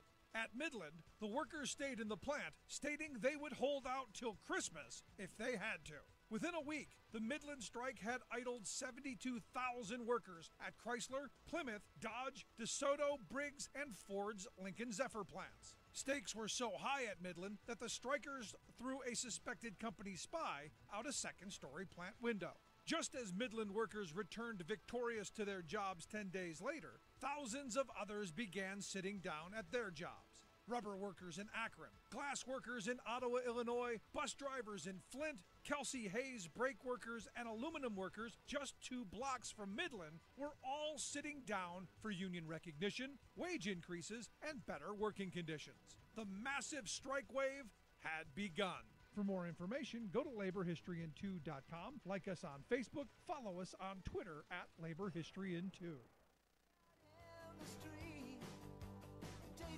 Okay, yeah, throw them out into the cold. Don't give them their coat. No coats. No coats. Confiscate their coat. You can't win. By the way, just to finish, I had one word left, Iraq. I'm out in the cold, body and soul. There's nowhere to go. I'm out in the cold. Welcome back to The Rick Smith Show. Check out the website, thericksmithshow.com. Questions, comments, something on your mind, you can email me, Rick, at thericksmithshow.com. I got to tell you, it's one of my favorite Trumpian clips right there of him just being completely and totally off the deep end. I just and honest. I mean, you got to give credit where it's due. He's at least being honest in that we don't really care. Don't really care about people. Just throw them out of the cold. Scary, scary times. But today, the big embarrassment of today, and look, here we are, another day of, 0 days in a row without the administration being an embarrassment where literally in front of Native Americans, he uses the term Pocahontas. And I was trying to find the video, and I can't find it. But he actually, in front of these people, who were the code folks during World War II who, again, part of these people who won the war for this country because they figured out the enemy's codes and actually made codes for us that couldn't be broken. And they were honoring them. And he turns to him and goes, basically, I love your people. You were here before we were, but there's a representative who's been there for a long time. She's Pocahontas, and you go, I was literally waiting for him to break out the Redskins jersey and the Indians Chief Wahoo hat and start doing the Braves chop.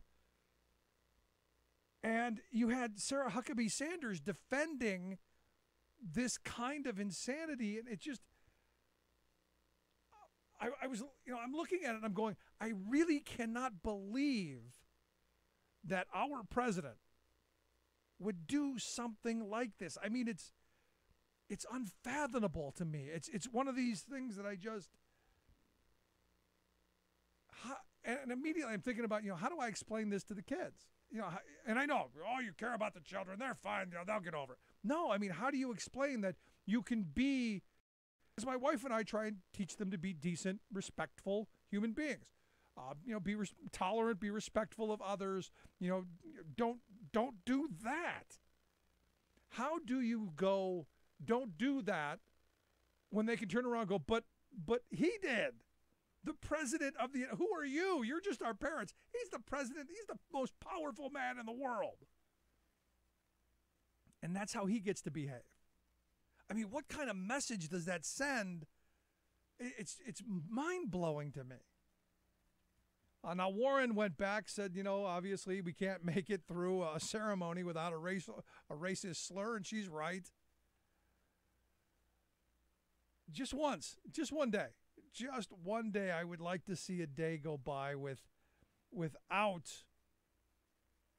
Trump embarrassing this country. And the thing that gets me, and this is, one of those conversations I had this afternoon of, the base sucks that stuff up. He's being in their face and he's telling it like it is and, he's keeping it real. Yeah, real dumb. They suck this stuff up.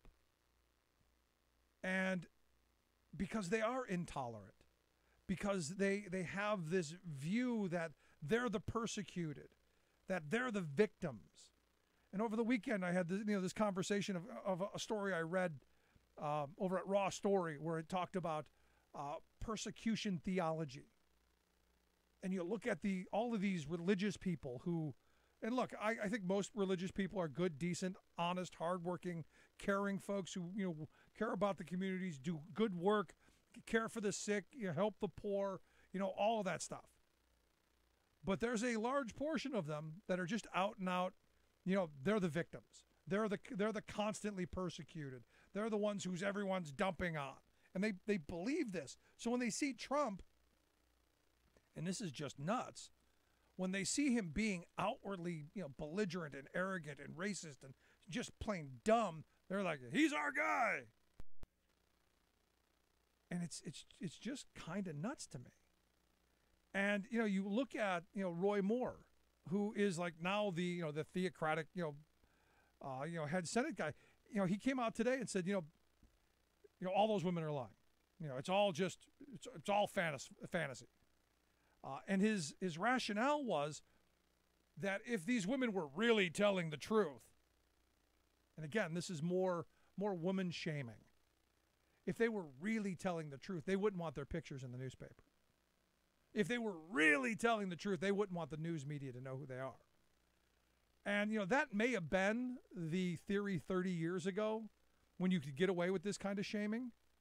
But I got to be honest, at a certain point, if these allegations are factual, and I have no reason to doubt that they are, that these women have had a lifetime of seeing him rise politically and become this icon status to where they've just broken and had enough. So if it means having their pictures in the paper, if it means having the neighbors know what happened, willing to go through can you imagine? I mean, stop and think about this for a minute, because I've had some friends who have gotten themselves deep in the right-wing ire. Like, I've had some right-wing kooks, troll me and send me emails and do all kinds of dumb stuff, but never to the point to where, they're showing up at your house, or because I'd probably knock them out and I'd end up in jail and that'd be bad. But to where they're at your kid's bus stop and they're doing what these right-wingers do. These women are going through this stuff. The courage that it took, knowing that in Alabama this was going to happen, in these communities this was going to happen to them. I don't buy his defense. Now look, it is a defense. It's not a good one, but it's his defense. And I look at the machinery, the right-wing machinery around him, and how they're trying, the Breitbarts and all of these alt-right groups who are trying to spin this and also trying to minimize it. And now we find out that, another one of these right-wing groups, and I'm sure, we know exactly who it is. It's that Project Veritas, that O'Keefe guy who, should be in jail, to be honest with you. But he's the guy who brought down Acorn because he had a really nicely edited video that made Acorn seem like a bunch of criminals. And by the time the honest facts got out, it was too late. Tried the same thing with Planned Parenthood, has tried these kind of assault attack jobs numerous times. And now what they've done is they've tried to take people to go to the Post and the New York Times, or actually to the Washington Post, and sell them the idea that, this woman was raped and impregnated by Moore. And they did their jobs. They went out and they verified, and they continued to ask questions. They continued to probe and to check the stories and do what investigative journalists do. And they came up with, it's not something we can report because we can't verify it. Not that it's untrue, not that it's true, not that it's false. They just couldn't verify it, so they didn't print it. And now we find out that, it's exactly the MO of this Project Veritas. It's what they do. It's creating fake news. It's what they do. This is what the alt-right has done masterfully. And out of this, the Washington Post looks really good because they actually did the job of journalism. They actually went out and verified their sources and did the hard work to inform us. Those women that they chose, they verified. And good on them. And I got to tell you, I hope on December 12th, I hope the good people of Alabama go out and vote in huge numbers and push this guy back into the trash heap of history. That's all I can hope. Good, decent, honest people of Alabama, if they exist, please, you got to go out and vote. It's got to happen. Take a quick break. When we come back, going to talk a little bit about the tax bill or the tax scheme and what that's going to mean to working people, and also CWA, the Communications Worker of America's president. They came out with a letter to CEOs. We'll talk about that. Quick break. Right back. Stick around.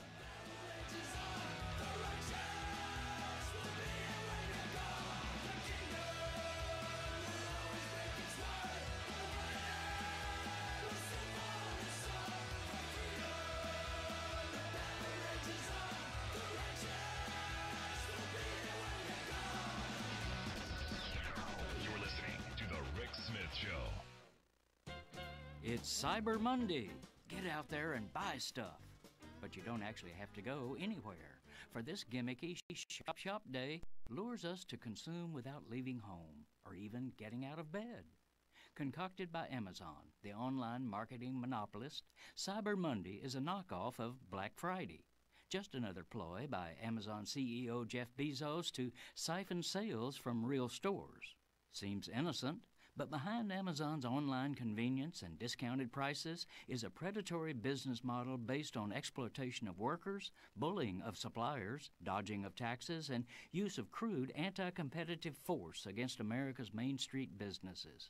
A clue into Amazon's ethics came when Bezos instructed his staff to get ever cheaper prices from small business suppliers by stalking them, quote, the way a cheetah would pursue a sickly gazelle. Jeff Crandall, who owns Old Town Bike Shop in Colorado Springs, is one who's under attack. He offers fair prices, provides good jobs, pays rent and taxes, lives in and supports the community.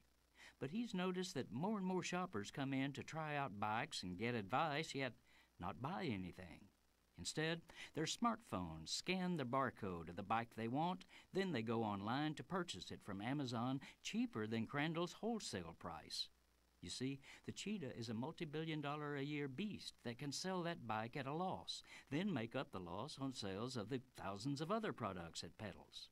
This is Jim Hightower saying this amounts to corporate murder of small business. And yes, it's illegal, but Amazon is doing it every day in practically every community. So on this Cyber Monday, let's pledge to buy from local businesses that support our communities.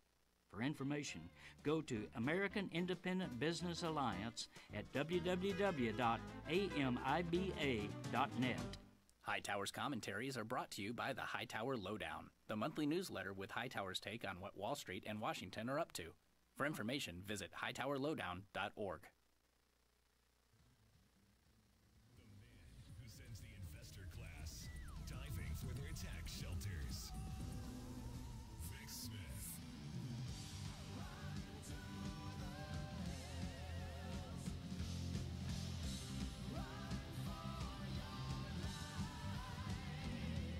Welcome back to The Rick Smith Show.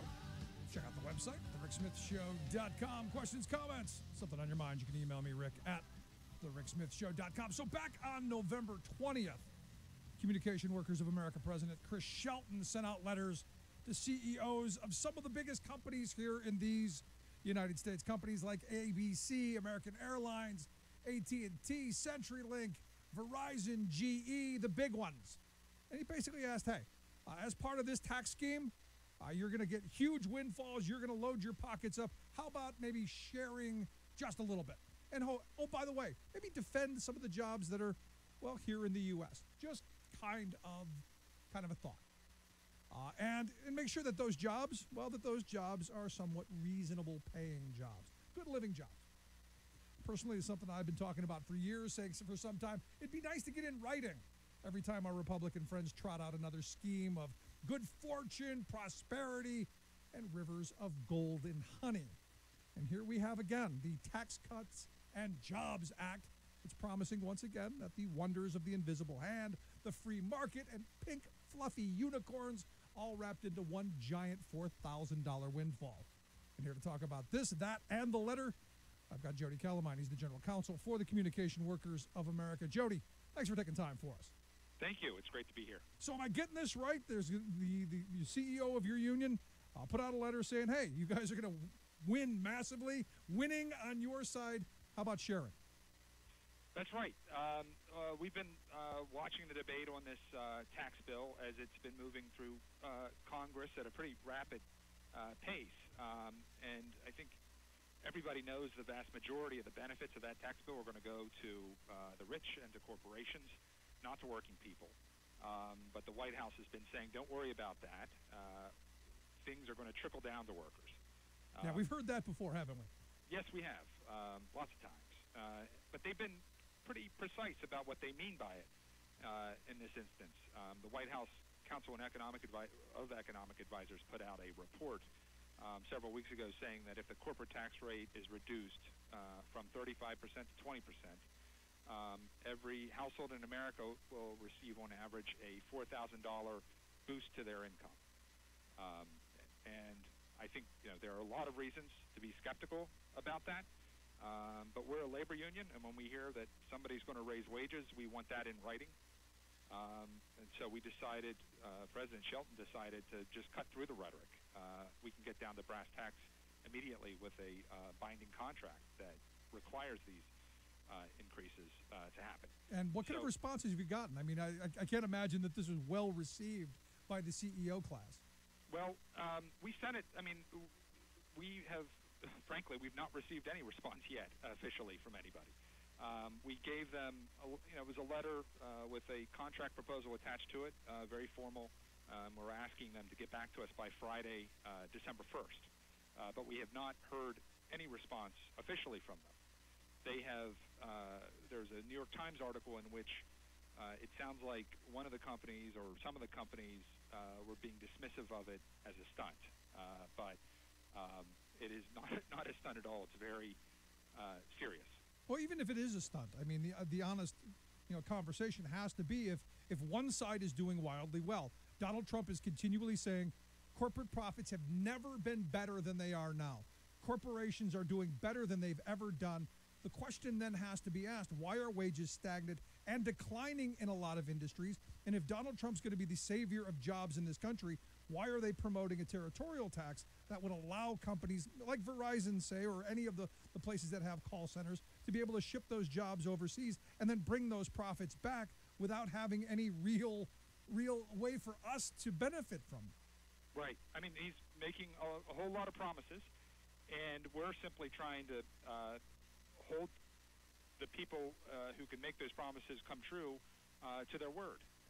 And if he wants to,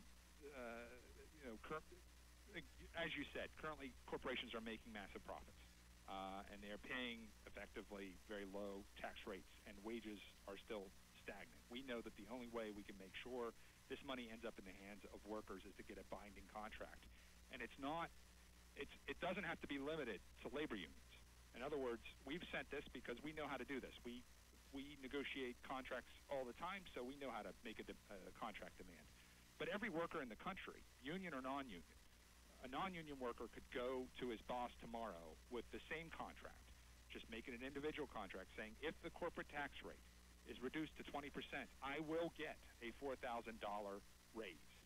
Every worker could do that tomorrow. Yeah, And when they did, Jody, where does this money go? Does it go to shareholders or does it go to workers? right? And when that non-union guy takes that contract into the boss and makes that demand, I'm sure he'll be on the unemployment line the next day. That's unfortunately one of the problems where they resist negotiating. But we're told you can make your own deal, aren't we? You can go in and you can negotiate with the boss, and we're told that a lot, aren't we? That's right. No, really the only effective way to negotiate and actually win something is to increase your bargaining power, and that's by organizing with your fellow workers. Right, but isn't that the conversation we should really be having in all this? Is that, look, these CEOs aren't going to give anything out of the benevolence of their heart, because as Donald Trump keeps saying, and it's true, Wall Street's wild with profits, and they're not sharing them. The only thing that can make them share that is what you guys do and what workers have been doing for years, and that's organizing and demanding part of the wealth that their labor creates. That's absolutely right. And that's the only thing that's ever proven to work in these circumstances. Because I look at this tax plan, and again, I go back to this territorial tax thing that they're setting up, and I know a lot of people's heads start swimming when you talk about taxes because, well, who likes taxes? Nobody. But at the end of it, I look at these schemes that are set up that the wealthy seem to benefit, and as I understand this, they didn't even end any of the loopholes, so they're going to drop the 35% rate down to 20%, and they didn't even do what Reagan did back in the 80s, which was cut out the loopholes, at least for a short period of time. So all they're doing is lowering the rate. I don't know math. I mean, look, I studied math a little bit in school. I don't know how that math works out that we're going to do better. Right. We don't. I guess where we're headed is we don't understand the machinations behind these theories either. They don't seem to. They have never worked in the past. So again, we're just trying to get down to brass tacks. Just sign here. If you're saying we're going to get a $4,000 wage increase, then sign here. Let's get it in writing. No, that's one thing these companies can control is how much money they're going to pay workers. The other thing these companies can control is when they get this tax savings, where will these new jobs be created? Or where will existing work be moved? They can control that as well. And it happens to be one of the promises on Paul Ryan's website is that if this tax bill passes, it will prevent the offshoring of jobs. And so our letter, by the way, to these CEOs has a second provision in it. In addition to the $4,000 wage increase, the contract would say that while this tax bill is in effect, they will not offshore jobs. I think that's a good thing. But here's the thing. I think you should go back to Paul Ryan and say, fine, we want it in writing from you. When these companies don't, because we learned this lesson several times. We've seen this movie. You can use that analogy. We've seen this all before. 86, 2001. We've gone through this. The repatriation, we've even seen that movie. And it always seems to be creating a larger, wealthier, fat and happy working class. or I mean wealth class, and the working class ends up being the ones tightening the belt, until eventually you're strangling yourself. So I want it in writing that if it doesn't come to fruition, all of these wonderful honey rivers and all of this great stuff, that you're going to go back after those companies and reclaw that money back to make sure that we're made whole.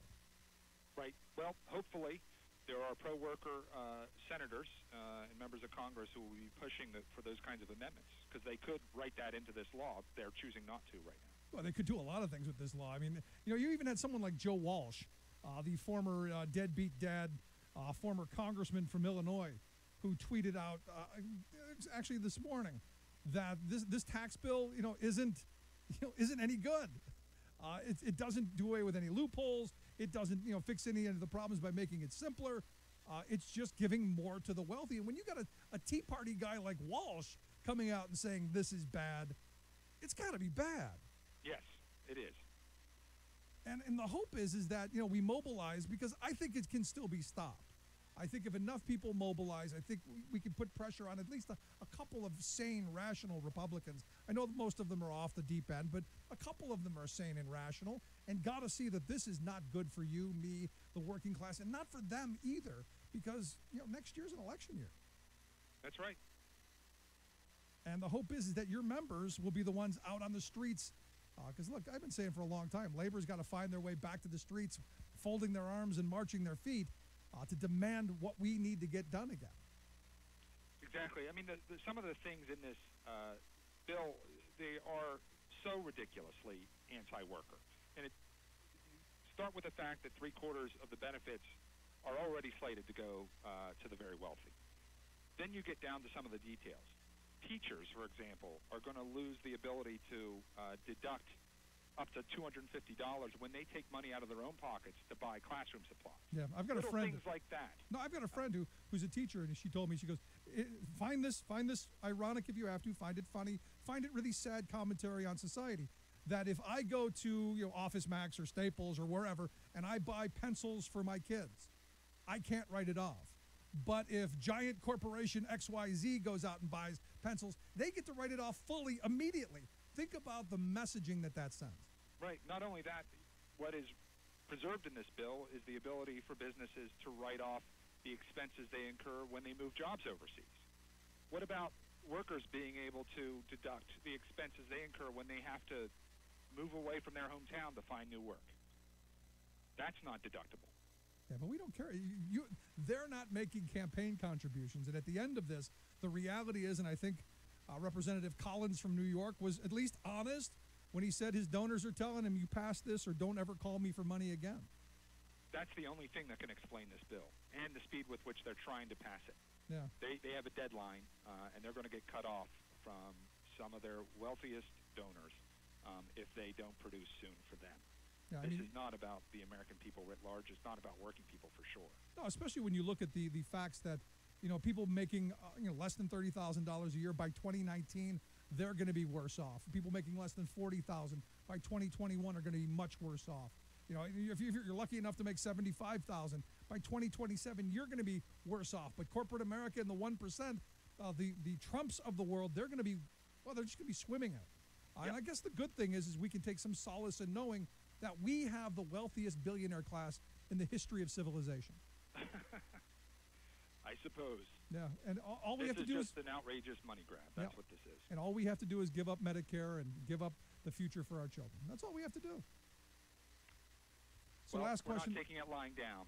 Well, no, that's the thing. The last question I've got for you is, what do we do? What do people? What should we be doing to push on this? What are you telling your members? Well, one of the things we're doing is we're making sure people know what's in this bill. It has been flying under the radar, not completely under the radar, but it hasn't been getting the attention it deserves. So thank you for covering it, first of all. So we're getting a lot of information out to our members, and we're having them call their members of Congress and their senators on this, and that's the main thing to do right now.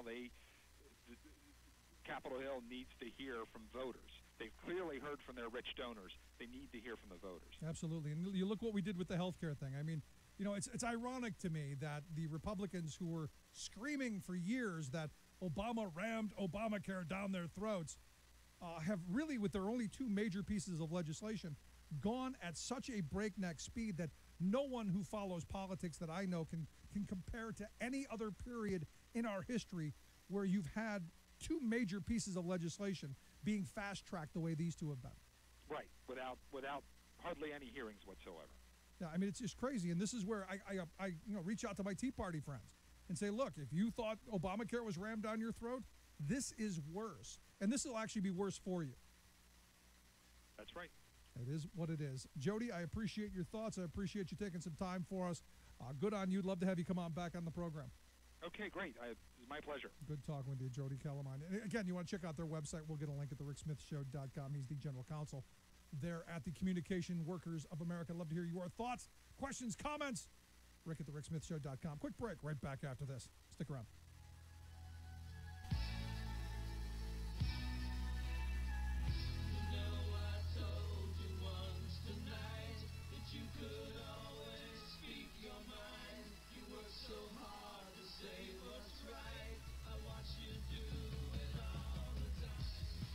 The Rick Smith Show, where working people come to talk.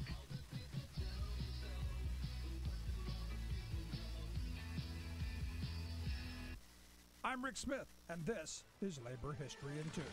On this day in labor history, the year was 1910. That was the day when thousands of people came to see the location where a fire had ravaged a sweatshop in Newark, New Jersey. The day before, at least 26 women perished in the inferno. The workers of the Alfred and Irving Wolf Muslin Undergarment Company made nightgowns. On the morning of the fire, there were more than 100 women crowded into the fourth floor workspace. The fire broke out when a can of gasoline was knocked over in the lamp company located below the sweatshop. The floors of the garment shop were wooden and strewn with fabric. The fire spread quickly. It roared up so fast. Even though there was a fire station across the street, the fire crew could not get there in time. It would become the worst fire in Newark's history. Desperate women tried to escape, but the fire safety exits were not adequate. Some of the women leapt to their deaths from the fourth-story windows. The fire became national news. No one was ever held legally accountable for the conditions that led to the fire. Less than a year and a half later, tragedy would again strike the garment industry when the Triangle Shirtwaist Factory fire would claim the lives of 146 workers. The events of the Newark fire faded into the annals of history. For years, no memorial marked the location. Richard Greenwald, a dean at a nearby university, thought that the women who died deserved to be remembered. As the 100th anniversary approached, he found the graves of 25 of the women and organized a memorial ceremony. He also helped to create a bronze plaque to remember the site. Labor History in 2 brought to you by the Illinois Labor History Society and The Rick Smith Show. For more information, go to laborhistoryin2.com. From UN headquarters in New York, this is your World in 2 Minutes. I'm your host, Luke Vargas, for Talk Media News. The Americas are poised to have their second TV personality as president. Salvador Nasrallah is likely to become the leader of Honduras after weekend elections, and like Donald Trump, his victory challenges the power of the political establishment. Nasrallah's opponent, incumbent President Juan Orlando Hernandez, has cultivated close ties with the U.S. and enhanced cooperation to tackle the drug trade, but faces allegations of corruption.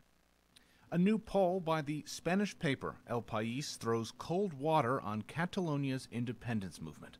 Only 24% of Catalonians who responded to a recent poll said they wanted to pursue independence from Spain.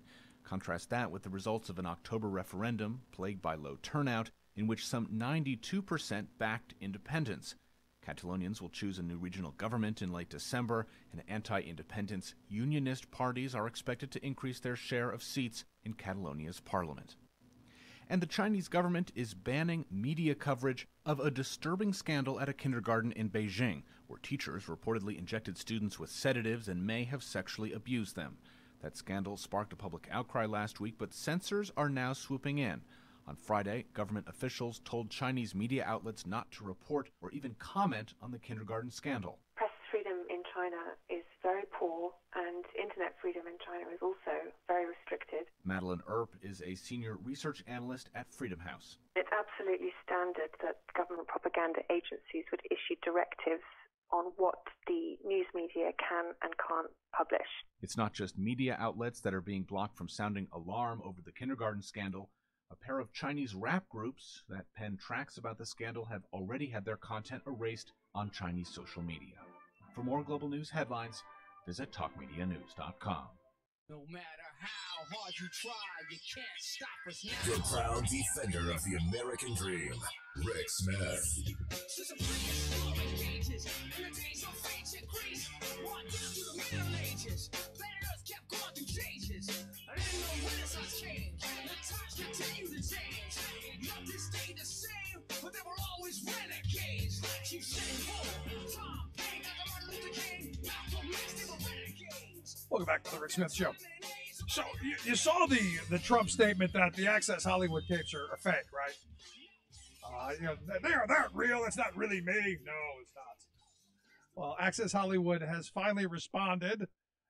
Natalie Morales came out today on their broadcast and said, quote, "We wanted to clear something up that has been reported across the media landscape. Let us make this perfectly clear," she said. "The tape is very real." She went on to say, remember his excuse at the time was locker room talk? He said every one of those words, according to Natalie Morales. And look, I do remember, and I've heard the tapes. I don't know that you could doctor those. You might be able to, but here's the thing. He did admit to it. Just locker talk. Not a big deal. Nothing to see. Move along. What happened to locker talk? What happened to minimizing? The reality is, I think he's starting to realize that this is part of why his poll numbers are in the tank. And, with more, I got to be honest, I'm hoping he loses. Just because of the message that it would send if he wins. And it would not be a good message. Because I've always said, look, the Moors of the world, they want to take us back to the 1950s, where it was okay for a 32, 34, 35-year-old guy to go hunting after 12 and 13-year-olds. Perfectly fine. You had Elvis, you had Jerry Lee Lewis, you had a bunch of them. And now Roy Moore. And that's what his defense should have been. I was a big Elvis fan. Or I was a big G fan. Real funny kind of story. We were down on Beale Street in Memphis when we did our labor history tour. And we took our kids with us at the time. They were 4, 6, and I think my oldest was like 11 at the time. And we were looking for somewhere to eat on Beale Street with a family. And Beale Street in Memphis is mostly all bars and blues clubs and things like that, with live music and the whole 9 yards. So we're going to place after place, and you're going, hey, is there a place where we can grab something so that we can keep the kids? And every place after place. No, move along. We went to Jerry Lee Lewis's. Come on, right on in. And I said at the time, it is a sign. It is a sign. But I got to be honest, I'm hoping they lose. And again, folks of Alabama, on the 12th of December, mark it on the calendar, circle it, write 12-12 on your palm, whatever you need to do to remember to vote. And today was the last day to register, so hopefully you did, and then you go and vote. Because this is history. This is something, in 100 years they'll look back on and go, can you believe that the Republican Party was that far off the rails that they actually elected a pedophile? Just kind of a thought. I'd love to hear your thoughts on it. You can email me, rick@thericksmithshow.com. Real quick, interesting little take on the MAGA. Because, make America great again. The new MAGA, and I love the new MAGA, which is Mueller ain't going anywhere. And thank you to our friends on Twitter for throwing that out. So that's the hashtag new MAGA. Mueller ain't going anywhere. I'm not fond of the ain't, but it works for me. Anyway, if you missed any of today's program, thericksmithshow.com, that's where you go for the podcast. The Rick Smith Show app on the smartphone. Take the program on the go wherever you're going. As always, you can email me, rick at thericksmithshow.com. I'd love to hear your thoughts on this tax scheme. We know that, realistically, it could pass.